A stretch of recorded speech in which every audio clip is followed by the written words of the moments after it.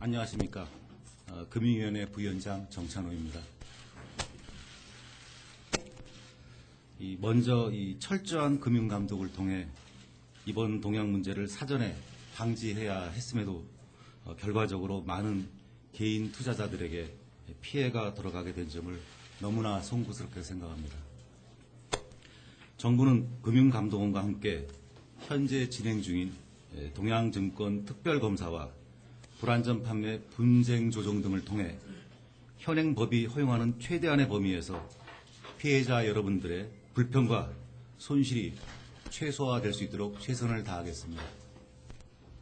아울러 검찰 등 관계기관과 협조하여 대주주, 경영진 등 부실 책임자에 대해서는 철저한 책임 추궁을 통해 엄정한 시장 규율이 정립될 수 있도록 하겠습니다.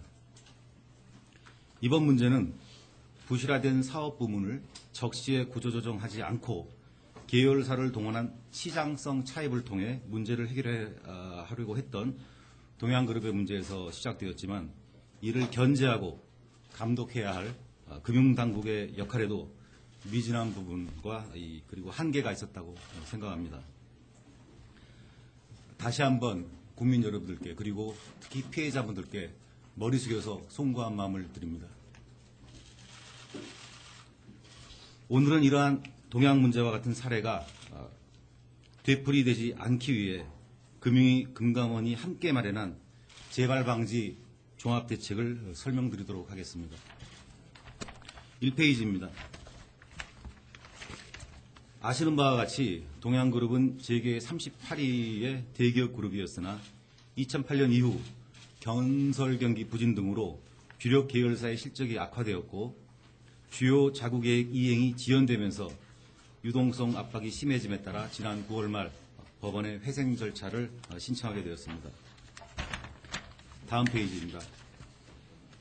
9월 말 기준으로 동향증권을 통해 일반 투자자에게 판매된 동향 계열사의 CP 그리고 회사채 금액은 1.6조 원이며 투자자 수는 4만 1천 명 그리고 1인당 평균 투자 금액은 3,900만 원 수준입니다. 이 가운데 지금까지 약 40%에 해당하는 1만 6천여 명이 불안전 판매 피해를 호소하며 금감원 불안전 판매 신고센터에 분쟁 조정 신청을 접수한 상태입니다.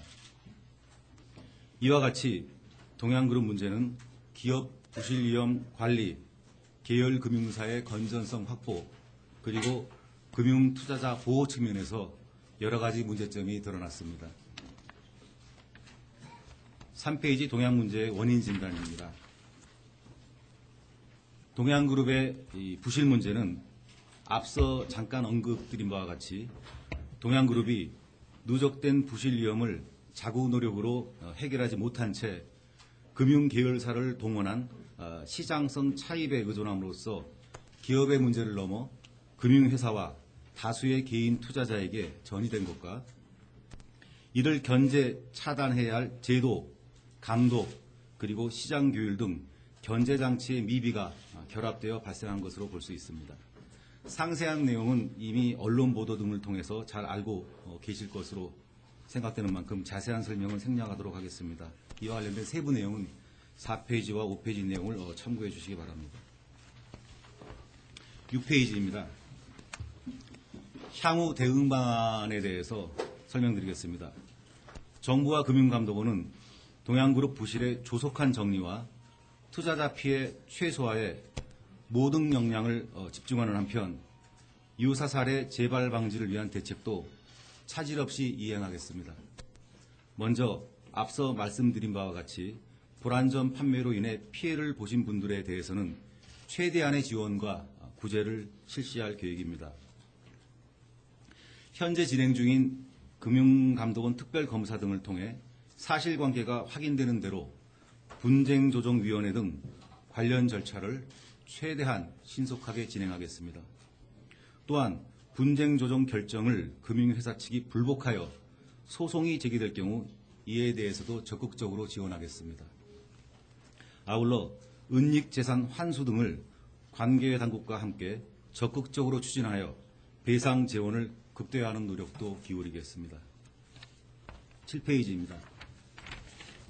부실 책임자에 대해서는 철저한 조사와 책임 추궁을 통해 엄정한 시장 규율이 정립되도록 하겠습니다. 현재현 회장 등 대주주에 대해서는 검찰 고발과 함께 금융위원회 자본시장 조사단이 직접 금감원과 함께 철저한 조사를 진행 중에 있습니다. 또한 동양증권에 대해서도 특별검사를 통해 대주주 그리고 경영진 등의 위법 행위가 있었는지를 중점적으로 검사하고 있으며 그 결과를 피해자분들께서 관련 소송 증거로 활용할 수 있도록 할 계획입니다. 아울러 회계법인, 신용평가사 등에 대해서도 감리 등을 통해서 부실 평가가 있었는지를 지금 살펴보고 있으며 위반 행위가 발견될 경우 엄중 조치하겠습니다. 8페이지 유사 사례 재발 방지를 위한 종합대책을 설명드리겠습니다. 재발 방지 종합대책은 이번에 문제점이 드러난 투자자 보호 강화, 금융사를 이용한 대주주 그리고 계열사 부당 지원 차단, 기업 부실 위험의 선제적 관리에 중점을 두고 마련하였습니다. 이러한 세 가지 목표를 제도 정비, 금융 감독 강화, 그리고 시장 규율 확립의 측면에서 보완 과제를 발굴하여 개선할 계획입니다. 9페이지부터 그 구체적인 내용을 설명드리겠습니다. 우선 금융 투자자 보호 강화를 위해 신탁 상품이 1:1 자산 관리라는 본연의 취지에 맞게 운영되도록 규제 체계를 개선하고 불안전 판매 등 10대 위반 행위에 대해서는 무관용의 원칙을 적용하여 강력히 제재하는 등 엄정한 시장 규율을 확립하겠습니다. 먼저 특정 금전 신탁이 1:1 자산 관리라는 본래의 취지에 맞게 운영되도록 하겠습니다. 계약 시에 위탁하는 금전의 운영 대상과 방법을 구체적으로 지정하도록 하고 최소 가입 금액을 설정하여 1:1 자산 관리의 취지에 맞는 운용이 가능하도록 하겠습니다. 또한 신탁자가 사전에 설계한 상품을 불특정 다수인을 상대로 무분별하게 권유, 홍보하는 행위를 금지하겠습니다. 아울러 다른 맞춤형 신탁 상품에 대해서도 본래 취지와 다르게 운영되는 부분이 있는지를 점검하겠습니다. 10페이지입니다. 이번 동양증권 특금 상품에서 문제가 되었던 부실 계열사 CP 그리고 증권신고서 미제출 CP 편입 행위에 대해서는 이미 시행되고 있는 보안 규정이 제대로 시장에 정착되도록 지속적으로 점검하겠습니다. 그리고 이번 일을 계기로 특정 금전 신탁의 투자자 보호 장치를 추가로 강화할 계획입니다. 특정 금전 신탁에 대해서도 상품 설명서 교부를 의무화하고 ELS 등 파생 결합증권이 편입되는 그 특정 금전 신탁은 증권 신고서를 통해 기초 자산의 내용을 알 수 있도록 하겠습니다. 또한 파생 상품에 투자하는 특정 금전 신탁에 대해서는 적정성의 원칙을 추가로 적용하고 2015년부터는 전문 투자 권유 인력만이 투자 권유를 할 수 있도록 하여 불안전 판매 소지를 최대한 줄이도록 하겠습니다. 다음 11페이지입니다. 불안전 판매 등 위법, 부당 행위에 대한 감독을 강화하겠습니다. 시장 질서를 교란하고 다수의 소비자에게 피해를 유발하는 소비자 피해 관련 10대 위반 행위에 대해서는 적발, 재발 방지, 제재의 단계별로 무관용의 원칙을 적용하겠습니다. 특히 위법 사실이 확인될 경우 금융회사 영업정지, 임원 해임 등 제재 양정상 최고 수준의 제재를 부과하고 위법 행위를 유도, 지시한 대주주에 대해서도 앞으로의 금융업 신규 진입을 제한하는 등 강도 높은 불이익을 부과하겠습니다. 아울러 미스테리 쇼핑 대상도 확대하고 금융회사 자체적으로도 금융소비자 보호 절차를 강화하도록 하겠습니다. 다음 페이지입니다.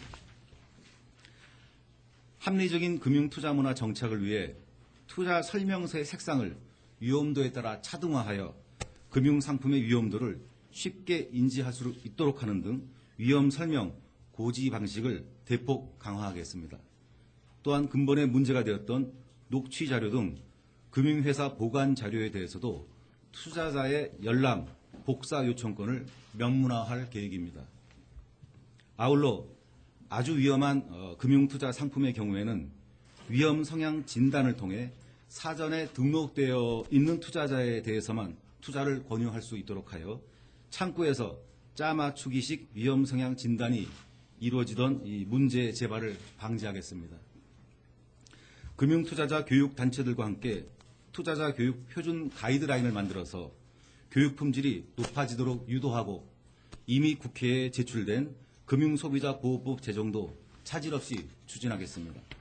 13페이지입니다.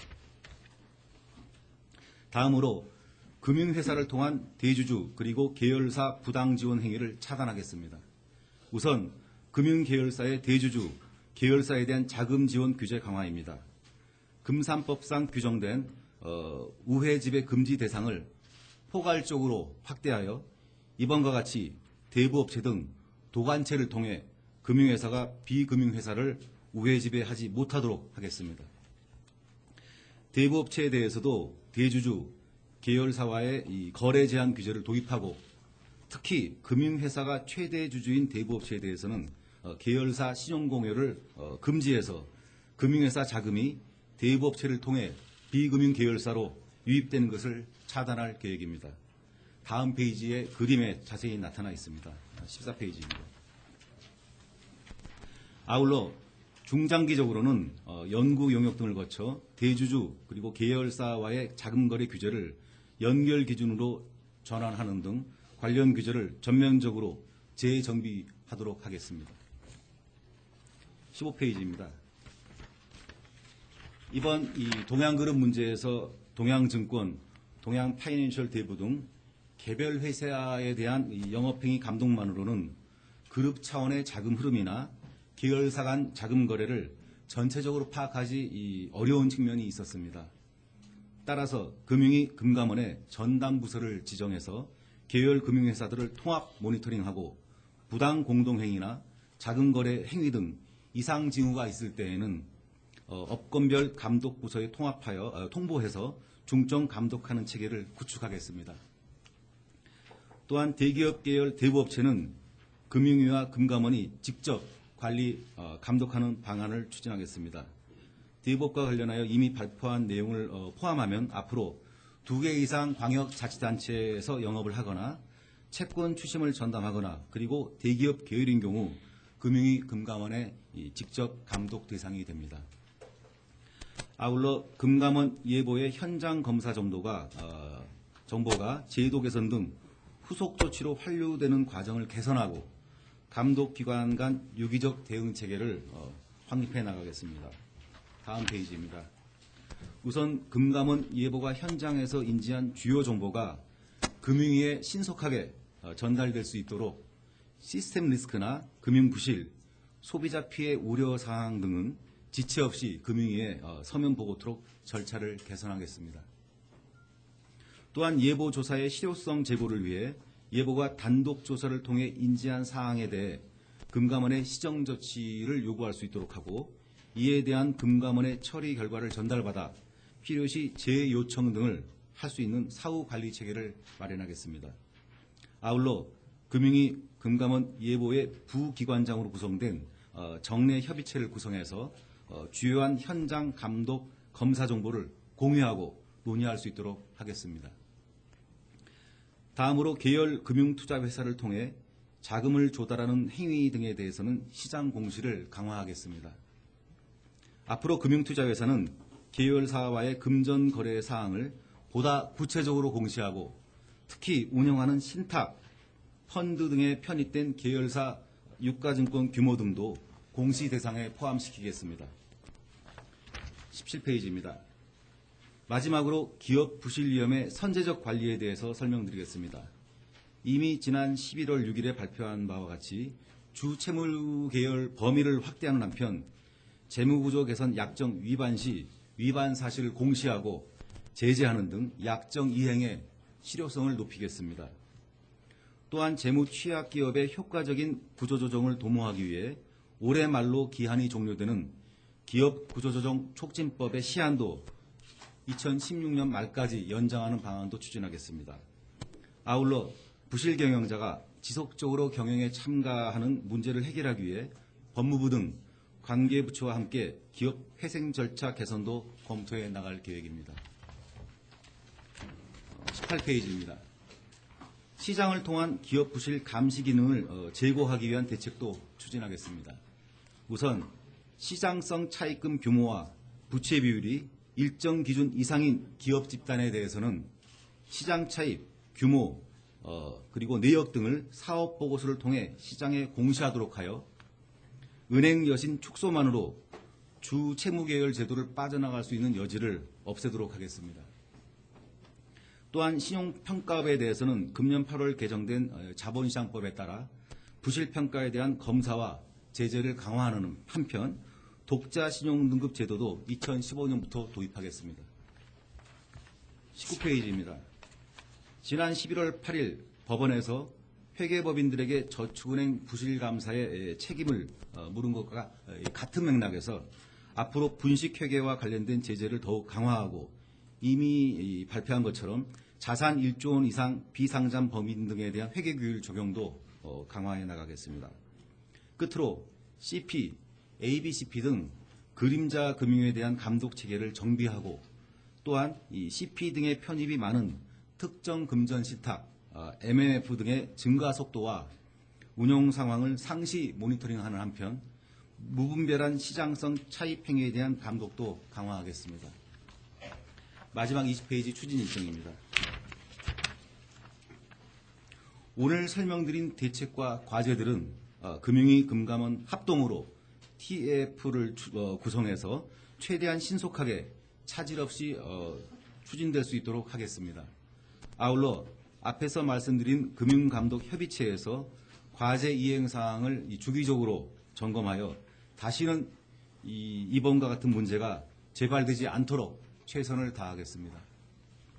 이상 설명드린 이번 종합대책에서 중요한 5가지 과제에 대한 요약은 함께 배포해드린 보도자료를 참고하시기 바랍니다. 장시간 경청해 주셔서 감사합니다. 이상으로 종합대책에 대한 설명을 마치고 질의응답에 들어가도록 하겠습니다. 예, 질의가 있으신 기자님께서는 소속과 성함을 말씀해 주시고 질의를 해 주시고요. 테이블에 앉아 계신 기자님은 테이블 마이크를 이용해 주시기 바랍니다. 네, 정 기자님.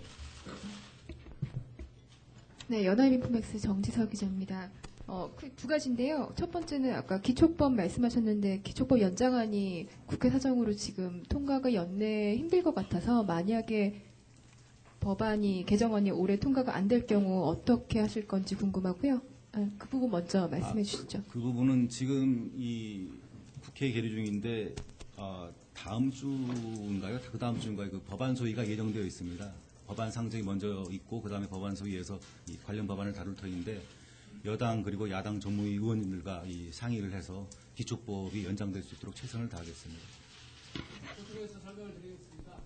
국회에서는 다음 주 법안체가 모색되면 최우선적으로 이 시안이 있는 기초법, 그다음에 대법법 이 문제를 논의해서 신속하게 처리하는 것으로 그렇게 기대하고 있습니다. 저 추가로 하나 더. 네.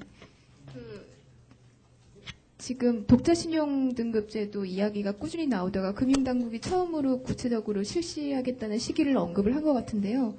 2015년으로 조금, 그러니까 뭐 내후년부터 도입하시겠다고 한 이유랑 그리고 지금 논의되고 있는 내용이 어떻게 전개가 되고 있는지 궁금합니다. 이 독자신용등급을 그동안 이제 지속적으로 검토를 해왔고, 근데 이걸 이제 도입하게 되면 일부 기업에 있어서는 이 타격이 가해집니다. 그래서 상대적으로 좀 준비할 기간을 부여해서 2015년부터 도입하는 것으로 이해하시면 되겠습니다. 예, 이 기자님. 두 가지 질문 드릴게요. 여기 지금 저기 13페이지 기자님 하나하나 나눠서 질문해 주실래요? 제가 적는. 예. 금융회사가 최대 주주인 대부업체의 경우 신용공여 금지를 검토한다고 되어 있는데 네. 지금 현재 금융회사가 최대 주주인 대부업체가 어디 있어요? 지금 제가 알기로는 동양 하나만 있는 거고 앞으로 이제 생길 가능성이 있지 않겠습니까? 그런 경우에 있어서 지금 이제 이 대부업체 금산법의 루포를 보완해서 대부업체를 통해서 이 지분을 소유하는 것도 맞겠지만 신용공여 자체도 금지해서 이 대부업체 특히 이런 도관체를 통해서 이 금융계열사의 도관체를 통해서 비금융계열사를 지원하는 행위를 막겠다는 뜻입니다. 또 하나는 그 바로 위에 대기업 계열 대부업체에 대한 그 거래 제한 규제를 둔다고 했는데 이 대기업 계열 대부업체라고 하는 거면은 지금 우리 알고 있는 뭐 현대기업금융이니 뭐 이런 데들이 다 효성캐피탈 이런 데들이 다 들어가는 건가요? 어디가 들어가는지 좀 적시해 주셨으면 좋겠습니다. 그게 지금 몇 군데에 있죠? 6군데에 있는데 이게 이런 뜻입니다. 그러니까 금융회사가 대부업체를 소유하는 경우는 신용거래 자체를 아예 원천적으로 봉쇄하겠다는 것이고요. 제조업체가 이 대부업체를 소유하는 경우에는 사실 자기 돈으로 만드는 회사이기 때문에 신용공여 자체를 아예 금지하는 것이 뭐 타당한 것인가에 대한 그 검토를 좀 해가지고 최대한 최소한 여신금융회사 이상의 강도로 신용공여를 좀 제한할 생각입니다.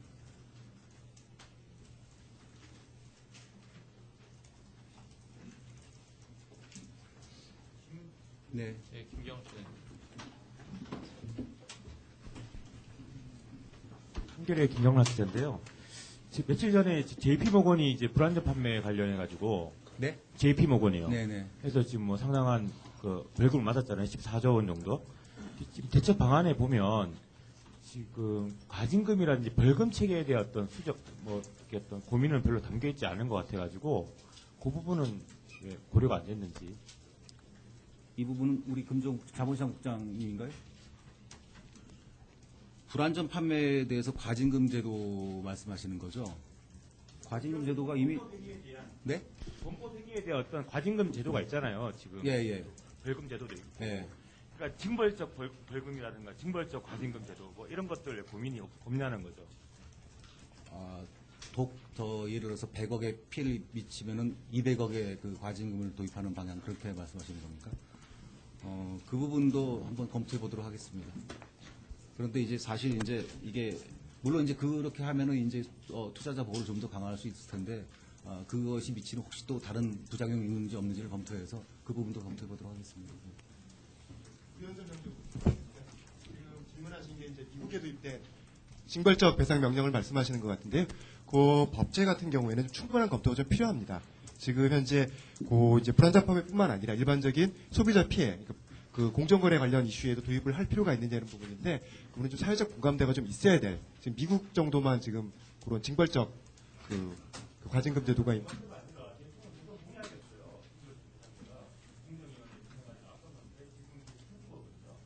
공정거래법과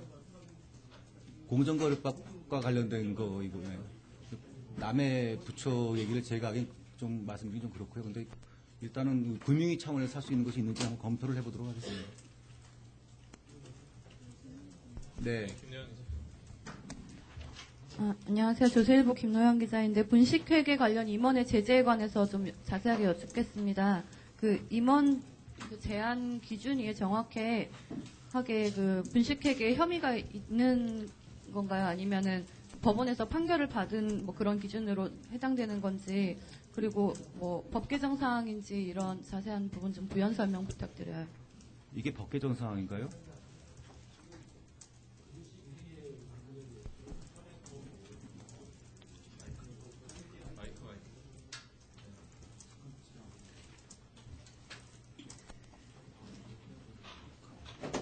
아니 잠깐 법 개정 부분 빼고 말씀드리면은 분식회계에 관련된 임원이라 하면 그 법원의 판결과 관계없이 지금 분식회계에 대해서는 이제 이 감독원에서 검사할 수 있습니다. 그래서 만약에 분식회계에 관련되었다고 판명된 임원의 경우에는 그분이 이제 등기 임원이건 비등기 임원이건 간에 제재를 하겠다는 뜻입니다. 그 만약 저희가 한 것에 대해서 불만이 있으면 이제 행정처분 소송을 할 수 있겠죠. 행정소송을 통해서. 근데 법원의 판결이 앞서서 감독원 검사 결과 분식회계라고 판명될 경우에는 제재를 할 생각입니다. 네.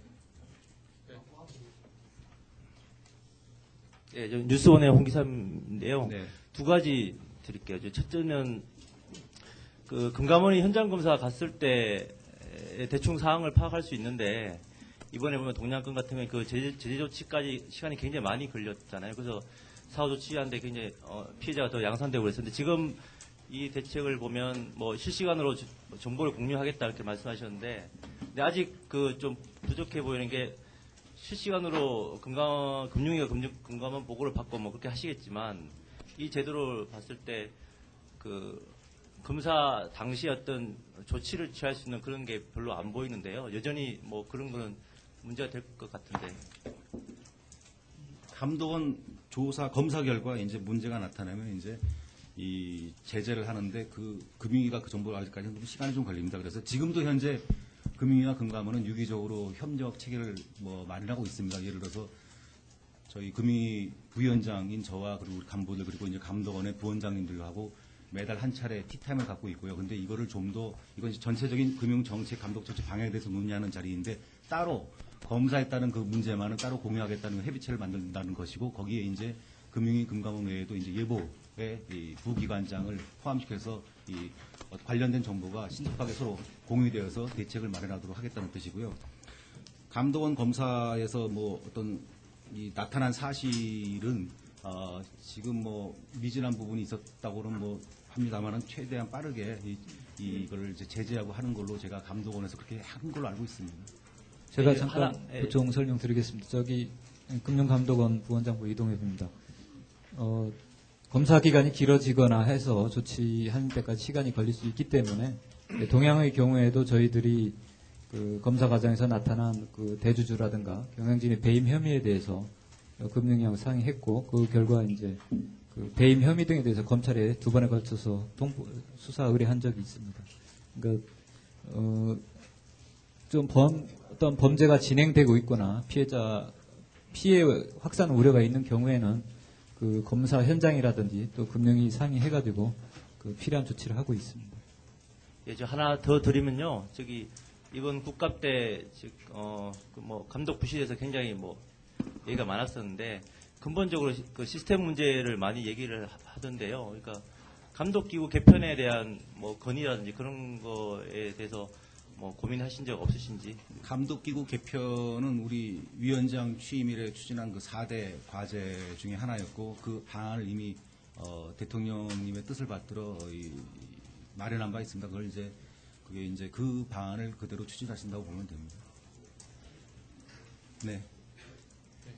JTBC 백종훈입니다. 그 비슷한 맥락이라고 할 수 있는데 그 금감원이 금융회사 건전성을 보다 보니까 필연적으로 좀 소비자 보호가 약한 거 물론 노력은 하고 있지만 그런 거에 대해서 좀 대등한 기구를 만들어서 해야 된다라는 여론이 이번에도 많거든요. 그런 고민은 없으신가요?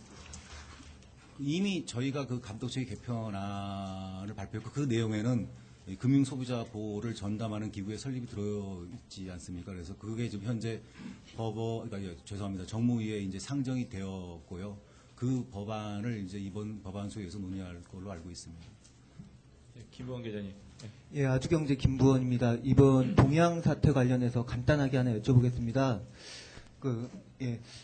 동양 피해자들은 불안전 판매가 아니라 사기 판매다라고 주장을 하는데 금융위원회는 사기 판매의 가능성은 전혀 없다고 보시나요? 그건 지금 현재 지금 감독원의 그 센터를 통해서 그러니까 그게 불안전 판매, 정식 용어는 이제 어차피 이제 법상 이제 불안전 판매인데 그것이 이제 뭐 사기 판매도 이제 사실 불안전 판매 아니겠습니까? 그거 부분을 지금 접수를 받았고 지금 조사를 하고 있으니 그 조사 결과에 따라서 조치를 하게 나갈 것이고 아까 말씀드린 바와 같이 피해자분들의 피해 구제를 위해서 감독원과 금융위는 최선을 다할 생각입니다.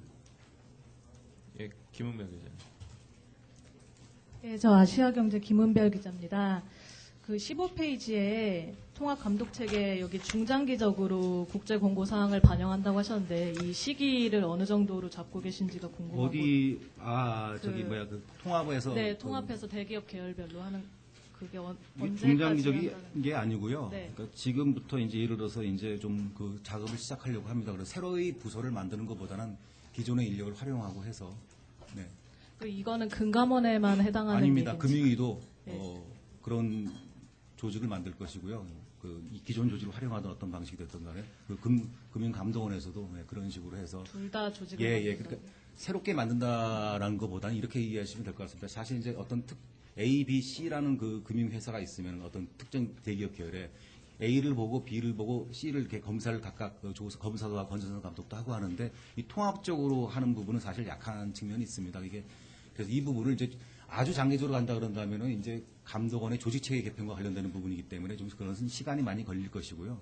지금 당장이라도 이제 어떤 그런 관련 조직을 이제 있는 조직을 활용하든가 아니면 새로운 조직을 재배치해가지고 인력을 이 통합해서 보는 그런 부서를 만들려고 합니다. 그리고 하나만 더 예. 그 대부업 감독 확대하는 거는 9월 달에 이미 발표를 했는데 네. 여기에 안 걸리는 대기업 계열 대부업체가 몇 개나 더 있는지. 안 걸린다. 안 걸린다. 이게 2개 이상 지자체에서 영업하는 대부업체. 예. 그리고 이거 채권 추심만을 전업으로 예. 하는. 그것이 이제 법 개정상으로 우리가 발표를 한 네, 거고 이번에 했고, 추가적으로 네. 이제 예. 안 걸리는 대부업체라는 게 어떤 뜻인지 예, 중복 이미 네. 중복된 거고 이 두 번 앞에서 발표한 두 가지 부분하고 이 부분요. 네. 네, 다 중복된다고 다 보시면 돼요. 중복되는. 네. 예, 네. 전재우 기자님. 예, 저 조선비제 전재호입니다.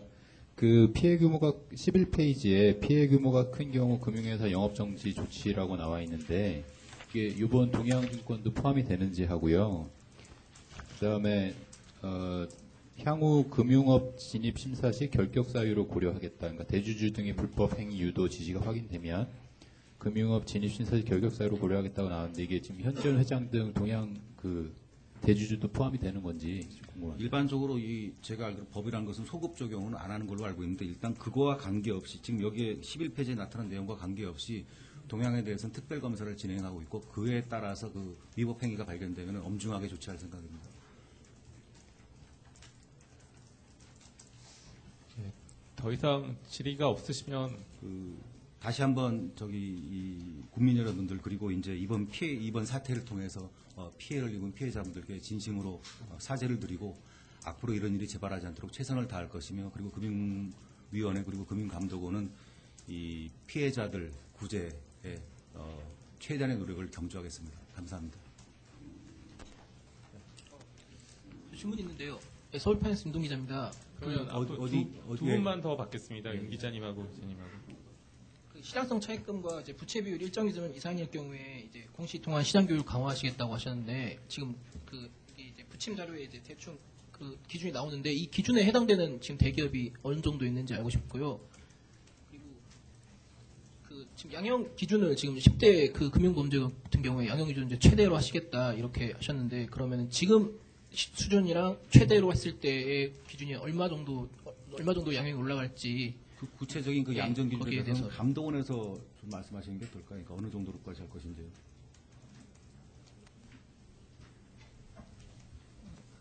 양정 기준 자체는 지금도 어느 정도 이제 되어 있는데 좀 포괄적으로 되어 있는 부분이 있습니다. 그래서 지금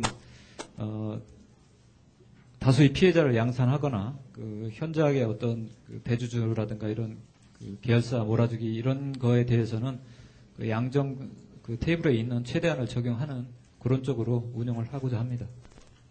그리고 첫 번째 질문이 무엇이었죠? 네. 공시하게 돼 있는데 네. 그 경우에 이제 지금 봤을 때 그 대기업이 얼마 공시를 해야 될 대기업이 얼마 정도 있는지 기업이 저기 부채 비율도 저희가 조금 더 그 시산을 해봐야 되고 그 다음에 시장성 차입을 이 시장성 차입이라는 것이 또 범위가 있습니다. 모든 시장성 차입이라는 것이 다 측정 가능하고 실시간으로 우리가 알 수 있는 게 아니기 때문에 그 두 가지를 더 저기 감독원이나 이런 그 협회나 이런 데하고 상의를 해야 되기 때문에 지금 단계에서 몇 개 그룹이 거기 해당된다고 하기는 현실적으로 어렵습니다. 양해 바랍니다. 이 부채 비율을 또 감안하는 이유는 시장성 차입이 많다 하더라도 비율이 뭐 부채가 뭐 사실 다른 게 없고 그거 정도만 있다 한다 그런다면은 이 그 차입을 감내할 만한 수준인 기업인 거거든요. 그래서 이제 부채 비율도 높으면서 시장성 차입이 많은 기업에 대해서 그렇게 하겠답니다. 네. 네, 데일리안의 김재현입니다. 네. 지난번에 그 동양 피해자들 뭐 공청회라든지 이런 기회를 통해서 몇 차례 금감원과 금융위 관계자분들이 만난 걸로 알고 있는데요. 동양 피해자들이 두 가지 정도 요구를 했던 게 뭐냐면 첫 번째로는 배상 지원 극대화할 수 있도록 특별법이 제정이 가능한지, 그 다음에 두 번째로 과연 그러면 지방에 계신 분들은 피해자 명단을 제공할 수 있는지, 이 두 가지를 가장 강력하게 요구를 했었는데 혹시 금감원하고 상의한 적이 있는지. 피해자 명단을 제공한다는 네. 무슨 뜻이죠? 왜냐하면 법원에서 피해자 명단의 한 64%인가요? 67% 정도를 갖고 오게 되면 보상을 좀 더 받을 수 있다라는 얘기를 했대요. 그래서 지금 피해자들이 그 명단을 받고 싶은데 일단은 개인정보 보호 차원에서 받지 못한다. 그래서 한번 논의를 해보겠다는 현행법 거거든요. 위반이 되면 좀 곤란하지 않을까. 근데 그거와 관계없이 일단은 이제 법원에서 예를 들어서 동양 레저다 하면은 그게 이제 얼마만큼 가치가 있는지가 결정될 것이고 그 단종 가치가 예를 들어서 뭐 이제 제가 1억 원을 투자했는데 그로부터 받을 수 있는 게 3천만 원밖에 안 된다. 그럼 7천만 원 손실을 보는 거 아닙니까? 손실을 보게 되면은 또 이제 대신에 이제 동양증권에서 잘못 판매한 행위가 확정이 되면 배상 비율이 정해집니다. 그럼 70%다. 그럼 70% 손실한 거에 70%에 대해서는 따로 이제 또 보상을 받게 되는 거기 때문에 3천만 원은 해당 회사로부터 그리고 그 손실분 7천만 원의 70%는 이 동양증권으로부터 이제 이 배상을 받게 되는데 이거는 이제 일단 법원에서 확정 판결 정도가 좀 나와야 될 것이고 시간은 좀 걸리겠지만 어쨌든 저희는 이 절차가 최대한 신속하게 진행될 수 있도록 할 계획입니다. 그리고 이 지원을 위한 특별법 제정은 제가 볼 때는 그건 별로 바람직하지 않은 것 같습니다. 근데 일단은 이 법 제정보다 더 중요한 건 사실은 얼마만큼 이제 이 금융위와 금융감독원이 노력을 해서 피해자 구제를 할 것이냐인데 그 부분은 정말 말씀드린 대로 최대한의 노력을 다할 생각입니다. 네, 이제 브리핑을 마치고요. 저희 여러 실무자분들이 계시니까요. 개별적인 질문을 따로 이렇게 해주시기 바랍니다. 감사합니다. 감사합니다.